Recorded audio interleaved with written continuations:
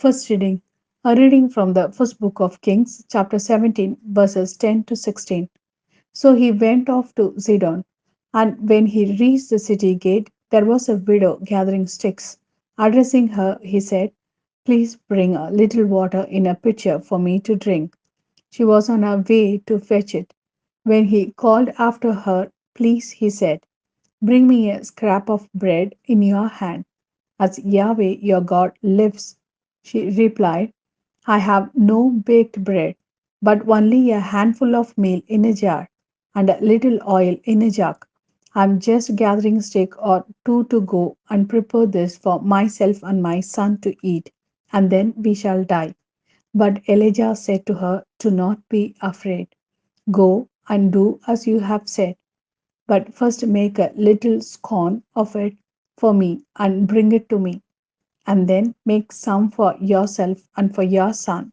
For Yahweh, God of Israel, says this: jar of meal shall not be spent, jug of oil shall not be emptied, before the day when Yahweh sends rain on the face of the earth."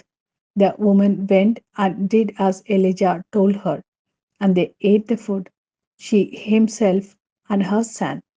The jar of meal was not spent, nor the jug of oil emptied, just as Yahweh had foretold through Elijah. This is the word of Lord. Thanks be to God. Second reading. A reading from the letter to the Hebrews, chapter 9, verses 24 to 28. It is not as though Christ had entered a man made sanctuary, which was merely a model of the real one.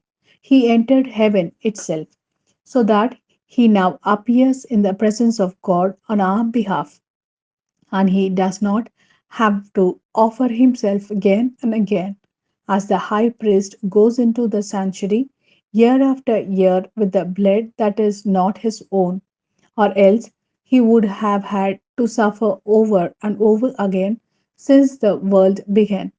As it is, he has made his appearance once and for all at the end of the last age to do away with sin by sacrificing himself, since human beings die only once, after which comes judgment.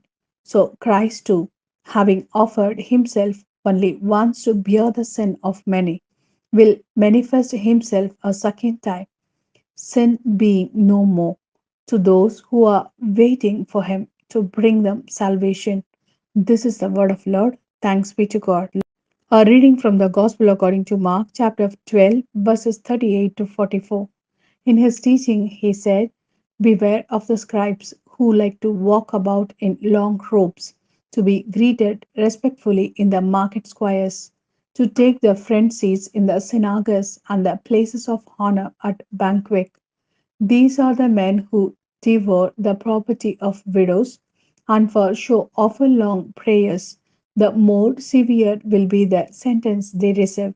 He sat down opposite the treasury and watched the people putting money into the treasury. And many of the rich put in a great deal. A poor widow came and put in two small coins, the equivalent of a penny.